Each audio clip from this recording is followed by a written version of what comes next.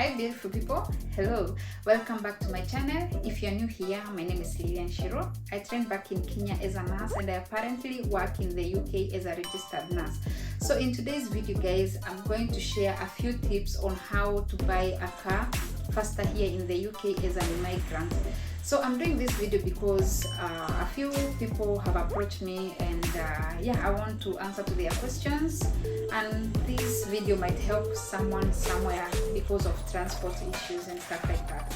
So guys, if you're new here, kindly consider subscribing to my channel, also like the video, and also remember to leave a comment and tell me what you think of the tips that I'm gonna share. You can also add something. If you know something else, you can please add in the comments below.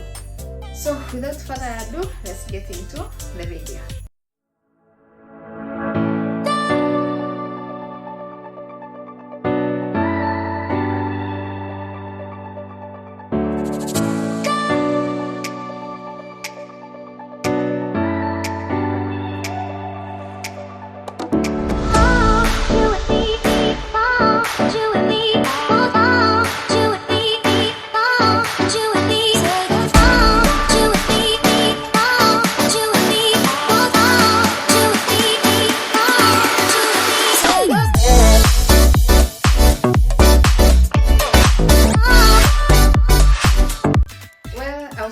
It's very easy to get a car here in the UK. The vehicles are not that expensive. You can give yourself a range of 3 months to 6 months to get a car, or even 1 year depending. So what I can say is this will be determined with how well you will save your money, of course, and what kind of a car you want. Do you want a manual car? Do you want an automatic car? Do you want an old car? Do you want a new car? All this will be determined by the money that you'll be having. You can buy a car with as low as £500. But then if you ask me, I don't know, I wouldn't advise you to go for 500, but I'm not saying that those cars, they are not operating. Yes, they're operating, but I have a friend of mine who had a car of less than £1,000. It was, I think, £700, and I remember she told me it was giving her so many issues. She had to keep changing the tires, and the tires around £50. As per that time, it was £50, and also she said there were some issues here and there. So if you want a good car, guys, you have to organize yourself with around 3,000. That's a very good car with 3,000, or even 2,000, or even 1,000. So you can get a good car from 1,000 and above. So below 1,000, I wouldn't advocate any, but if you want a car that fast, yes, you can go for it. But from 1,000, you can get a very good car. If you want a better car, you can get a car as from 3,000. So when I started looking for a car when I was here, I know I went to different dealers looking for a car, and so you go online and you just type maybe cars for sale. So when you type cars for sale, you have an option of whether it's a used car or if it's a new car. There's a range of so many cars, so you see the kind of a car that you want. So you can organize yourself. In the first 3 months, you can maybe save like 1,000 or even 500, depending the amount of what you want, or even 2,000 if you're able to save within the first 3 months, or even 6 months. If you really want a car, just start checking once you get here, so that you can know the much money that you'll be saving for this car. So between 3 months and 6 months, also you can have maybe more money that you have saved. You can save like 2,000, or even 3,000, or even 4,000. It depends. So you go online, you look the cars on sales, whether used or new cars, and see the kind of a car that you want. So you will get the car that you want online. So you just call these people, guys. It's very easy. Then you go to this person who is selling the car. Can be like individual, or can be like a car company, and or maybe car dealers, of course. And so you just talk with them, get to know what they require. But talking of requirements, I would say you must have a driving license either from your country.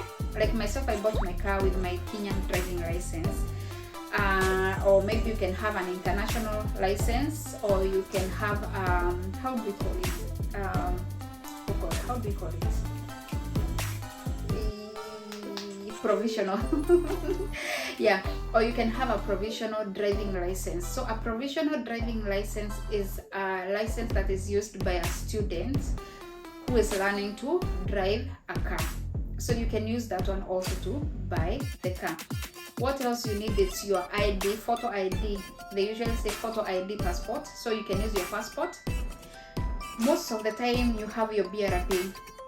That is the work permit when you come here. So you can use your passport and your work permit because they have your photo ID. And if you have like this provisional license, I think it also has your photo, if at all I'm remembering well. Yeah, it should have your photo. So yeah, and then if you don't have cash, this is something that I wanted to share because I know many people don't know about this. But there are people who know, but they don't like sharing this information. But I'm here to help you with this information. So you may go to a car dealer, mostly if you've worked 3 to 6 months in a company. So they will require your bank statement, and probably you may even have zero capital, or you may have zero money to buy a car, but you can buy a car through finance. When you buy a car through finance, this means you'll be paying them monthly. So you like agree the range of time, like how many years, 2-3 years, but mostly I think they usually go for like 5 years. 5 years, yeah. So you can just agree with these people 5 years and agree amount of money that you'll be able to pay. So they are not the ones who tell you how much you'll be paying. No, they'll do your calculations and see how much you can afford. They even give you like an option to say how much do you feel comfortable. This is something I love about this country, guys. Like, you know, when you go somewhere and you are buying something on finance, they usually ask you how much money do you feel comfortable like paying monthly, and then they work with you. So I really love that, guys, about this country. So yeah, so these car dealers will agree with you how much you'll be paying. At times, depending on the car that you are buying, it may be like more expensive, but you really like this car. So you may have to give like a down payment for this car. They will tell you how much money you can give like a down payment, just to reduce the money that you'll be paying monthly, and also maybe for commitment, I don't know, just to make you go to that level where you're able to afford this car even if you're paying it monthly. But just because the car is expensive, they will give you this option.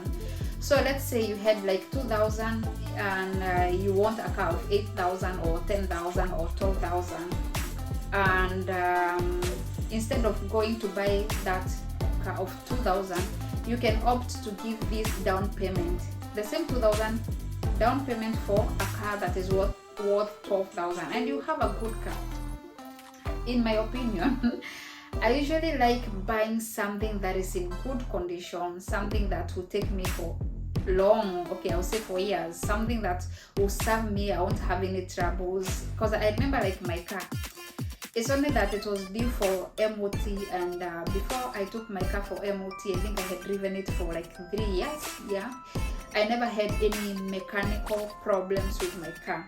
So if you want a good car, you have to invest. And I've told you, it's very easy. You don't have to have that cash at that particular moment. So if you've saved like 2,000, 3,000, instead of going for a 2,000 car or 3,000 car, you can just go straight, talk with these dealers, and they'll give you a car on finance. And it's also good, by the way, because if you buy something on finance, it will add your credit score. That's a topic for another day, because they usually see how you're paying debts. So if you're paying your car well, it will be adding up your credit score. The other option, there are people who know people. By the way, I know of people who have approached me and they're asking me, do you know if there's someone who needs a car, I'm selling this car. Just friends around, yeah. And it's very easy. If someone refers you to someone, it's because they know them. And something, guys, you have to be guaranteed. For as long as a car has like undergone MOT, I think I will speak about MOT in another video that I'm preparing, but MOT proves that the car is fit to be on the road. That's why you will never go wrong when you're buying a car here in the UK. So even if it's someone who is telling you, come, I'll sell you my car, go get those documents. When was your MOT done for your car? Yeah. So once you get to know the details, you know, of course, they are selling you a good car, they're not selling you a bad car. Like here, I've not seen comments or someone who just wants your money and they want to sell you like a bad product or something. Like, I've not seen that, guys. So you be safe. So feel free, if someone refers you to someone, yeah, you go test drive. The same way when you go to the car dealers or wherever you're gonna go to buy a car, you will do a test drive. If you're not sure, go with someone who knows about vehicles, and yeah, they can check something for you. So guys, I've told you it's very easy, so don't be worried. If you have any questions, I always say my DMs, they are open. There are people who, like this question I'm just answering because someone or some people have approached me asking me about how to buy the vehicles, and they were concerned about even license, you know, how am I gonna buy? I don't have a license.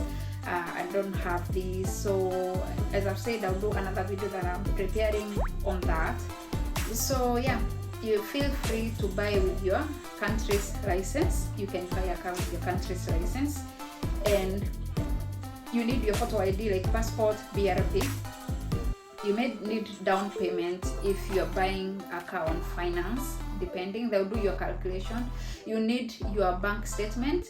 You will need, mostly because you are here on work permit, you've been offered a job, there are people who may ask you proof of where you work, so most likely they will ask you for your offer letter. I know we may say that transport is good and what have you, but you have to know something, and this is why maybe you will need your own car.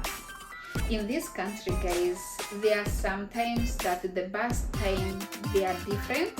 Like weekends in the morning, you will have to use a taxi, because if the buses are starting at 8 o'clock or even 9 o'clock, you'll be late for your work, because you're supposed to start work at 8 o'clock or 7:45, yet the bus is coming maybe at 7:30 or 9 o'clock. So yeah, that's why you see many nurses or maybe many healthcare assistants, they want to have their own vehicles to manage their own time, because using a taxi, if you ask me, it's very expensive. When I used to use a taxi going to work, I remember in the morning I used to pay around £8, because I used to live in city center, and where I was going to work, it was about £8. Now you can imagine paying this £8 every weekend. Probably you're working Saturday, Sunday, so £8, that is a total of 16. At night, when you're going home, you may be lucky, or you may just want to just wait for the bus. That's okay. But if you don't want to wait for the bus, then to and from will be £16. So in 2 days you have used how much? £32. So it's cheaper to have your own car, because fuel for £30 will take you like will take you to work for, like, depending with your distance, the area of work where you're going, it will take you for like a whole week. Of course, we don't work daily, we work like 3 or 4 days in a week, but £30 might take you. Only that this time the fuel is expensive, so maybe would be more, I don't know. And also, guys, there are other times where the buses don't operate. This is when we have bank holidays, which are several. So on bank holidays, the buses don't operate at all. That is on Christmas, Christmas, we have New Year, and we have other bank holidays in between that, the buses might not be operating. So having your own car, you don't have to ask for taxi. And by the way, during the holidays, I remember it's been a long time since I used the taxis on the during the days, but I remember the fare, the tax fare was double. If the fare is double, that means one trip will be 20 pounds, and if you have to go back again, it will be 20 pounds. So imagine using 40 pounds a day. That is your fuel for a whole week. So yeah, that's why I'm saying having your own car is good, and I know there are people who have gone through this. I've gone through that myself, and even trains as well, the timing also can differ. Having your own car, it's good. It would really help. It would really help because of those timings, and you may not know, you may be caught off guard. You go to the bus stop or to the train, you're like, what's happening? There are people who even report to work at 9 o'clock because of issue of transport. And mostly weekend, if you have to book a taxi, hey guys, book in the evening. If you want to book a taxi for tomorrow and it's over the weekend, mostly Sunday, book overnight. Not even Sunday, even Saturday. Because what happens is that the cars, they are fully booked. Because weekends, you know, people here, they like their own time, they are having fun, so they will use the tax. So you find the morning hours they are transporting people, like they are taking people back to their houses. Because what happens, even if the club has been closed at 1 o'clock, these people, they extend their parties in people's houses. So you see the taxis, they are fully booked. So that's just another tip. If you don't have a car, and probably you won't even get a bus to go to work in the morning, please book your taxi in the evening. Call the taxi company, tell them you're going to work, where you're going, and book for an earlier time, because that moment you will call, and then the taxi is taking like 30 minutes or even an hour, or even you told the taxis are fully booked at this time, we can't offer you any taxi. So yeah, just be smart and be ready for these things. In case you have any questions or you feel I didn't touch anything, I just wanted to share those few tips so that you can feel comfortable and know that you can buy a car with or without money. Yeah, so guys, thanks so much for watching this video, and I'll be seeing you in my next video.